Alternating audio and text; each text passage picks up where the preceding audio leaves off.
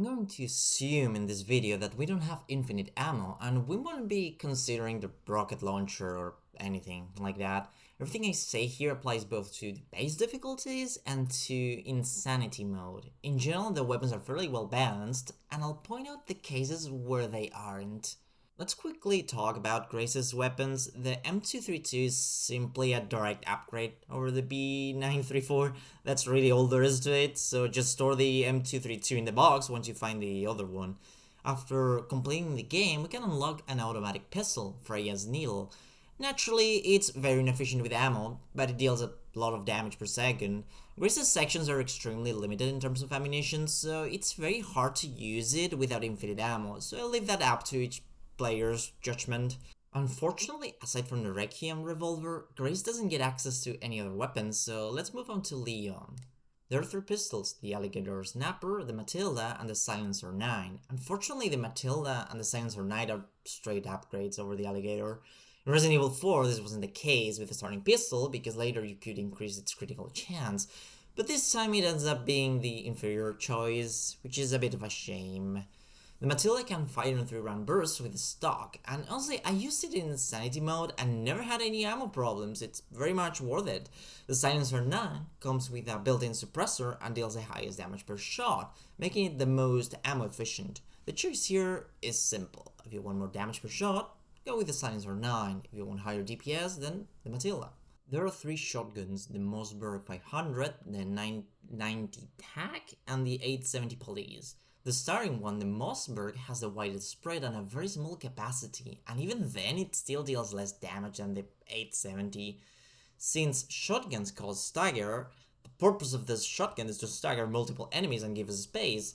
Honestly, beyond that, I don't see much point to this weapon. It doesn't excel in damage per shot, and the poor spread will greatly reduce its damage when firing at a single enemy, like a boss or mini-boss.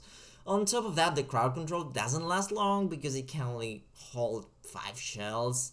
Personally, I recommend going for the 990 tag if you want a tighter spread, especially if you use it with a bird charm that reduces damage at close range but greatly increases it at longer distances, or going for the 870 if you're looking for that higher damage per shot.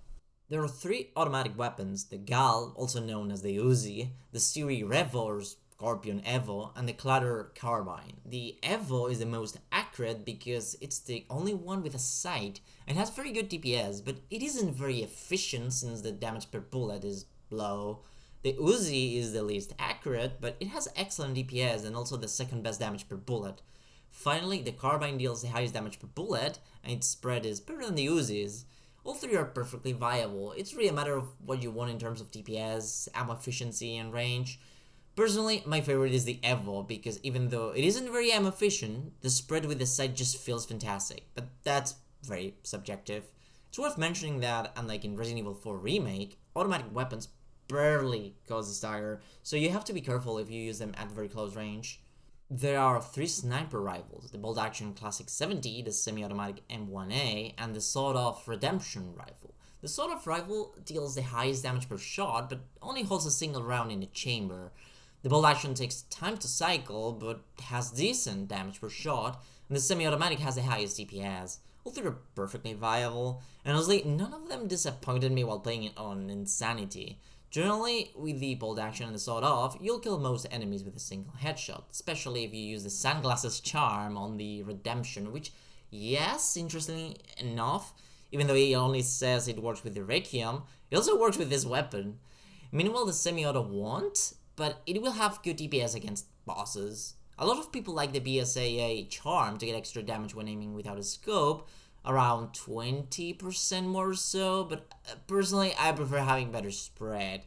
Interestingly, the Redemption doesn't accept the BSAA charm as an attachment.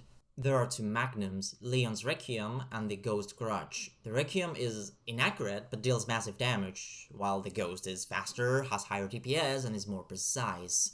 A good trick in Insanity mode is to buy the Ghost to get 5 extra Magnum rounds, use them, and then sell it again for the same price, since bonus weapons sell for exactly what you paid for them, and there's plenty of space to carry the Requiem as well. Leon also has 2 hatchets, the base one and the Mortal Edge. The basic one can be upgraded to deal more damage and last longer, while the Mortal Edge has a much wider parry window. Both are perfectly viable, but honestly the Mortal Edge saved me many times in Insanity mode. It's also possible to simply carry both, in case one breaks in the middle of a fight. You can support me on my Ko-fi page in the description, and if you enjoyed this video, this is YouTube, you know what to do.